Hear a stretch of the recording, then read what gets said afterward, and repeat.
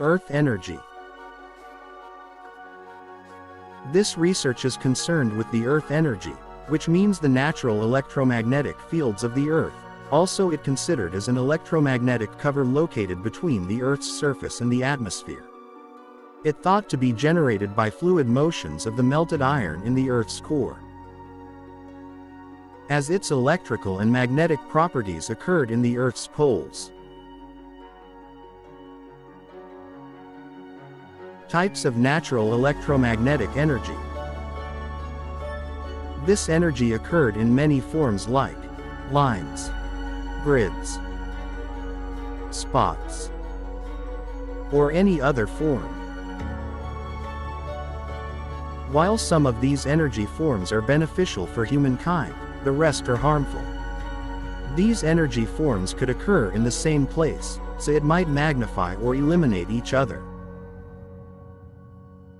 Energy lines are pathways. This type of Earth energy originated from the underground water streams and the geological faults. So it could be straight or curved as it is related to their paths. It could occur as a single line in the site or multiple intersecting lines or pathways. The underground water streams radiations. These radiations rises vertically, resulting from the underground water streams beneath the Earth's surface. These radiations forms a continuous line of vortices, where some of it is harmful for the humankind and some is beneficial, depending on the rotation direction. Their effect could occur in the higher floors in the buildings. Geological faults. It is considered as one of the main causes of Earth's electromagnetic anomalies and geopathic stress, as it is resulting from the compressional or tensional forces cause relative displacement of the rocks of the Earth's crust. This pressure forces affects the electrical field of the metals in this area, especially quartz and iron, where it releases speed harmful neutrons turns into negative electrons and positively charged protons. Energy grids. This type of Earth energy related to the Earth's magnetic field, it occurs as grids or networks. The lines of these grids could be perpendicular or mirrored as follows. Hartmann grid. First described by the German physician Dr. Ernst Hartmann in the 60s of the 20th century. This grid lines occurs as an invisible vertical radioactive walls. The line's width is 25 cm in the east-west direction and 2 meters apart, and the width of the north-south direction lines is 15 cm and the spacing between them ranged from 1.2 to 2.5 meters depending on whether it is near or far from the Earth's poles. Every around 2 meters in height there is a horizontal plane, with 20 centimeters thick forming a stacked cubes. One of the lines of this network has positive electrical charge and the next is negative, and that repeated constantly. A node occurred when two lines of this grid with same charge intersects, where the charges are doubled. This energy grid rise to considerable heights in the atmosphere. Benker grid. Named after an Austrian researcher called Anton Benker. This grid also called Benker cubical system, where it looks like cubes stacked beside and over each other. This grid superimposed on the Hartmann grid, with single or double strips or zones, within approximate dimensions of 10 by 10 by 10 meters. This grid is most important, where it is related to the arrangements and the dimensions of ancient temples and churches. Curie grid. The lines of this grid are electrically charged, naturally originated. It runs diagonally northeast-southwest and southeast-northwest. This grid, described by Whitman and Curie in the 1970s. In older publications represent the grid lines as diagonals inside the Hartmann grid squares. In fact, it is an exceptional case. These grid radiations can penetrate the building materials, and occurs at the higher floors of skyscrapers.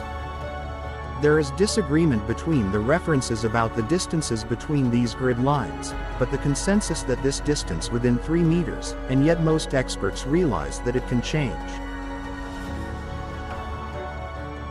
These grid lines does not make a threat to the human health, but only at its intersection, while intersections of these lines are considered more harmful than the equivalent.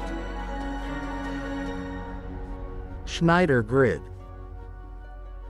Schneider described a positive grid in the 1980s, which oriented 45 degrees east of north, and the spacing between its lines is 294 meters, while Dr. Gunther Schneck described a mirrored negative grid, oriented 45 degrees west of north.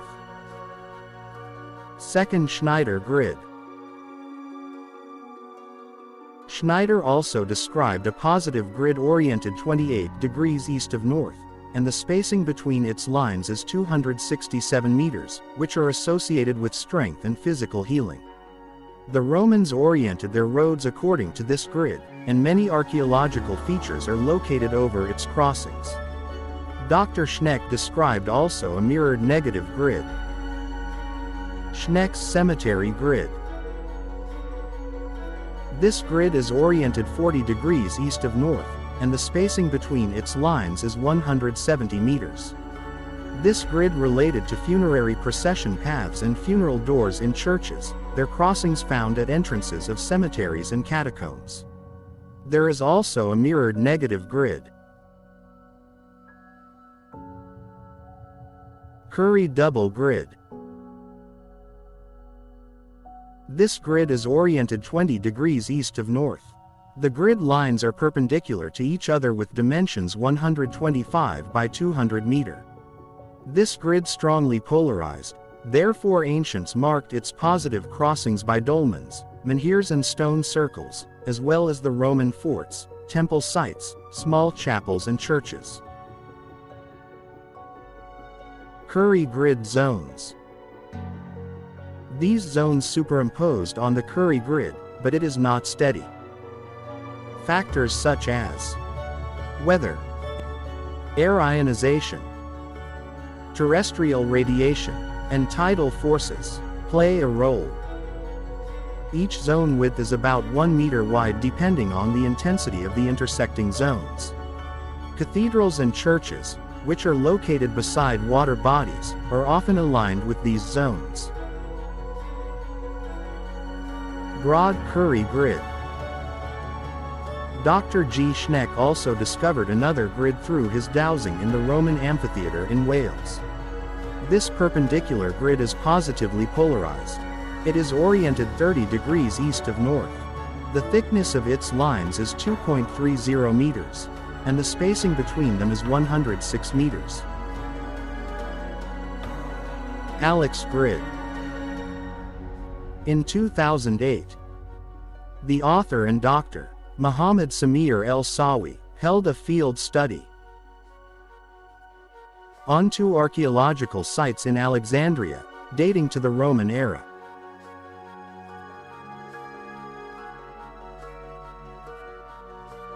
We conducted a new Earth energy grid, which not mentioned before. The buildings on these sites accurately aligned to this perpendicular grid, as it was their designing grid.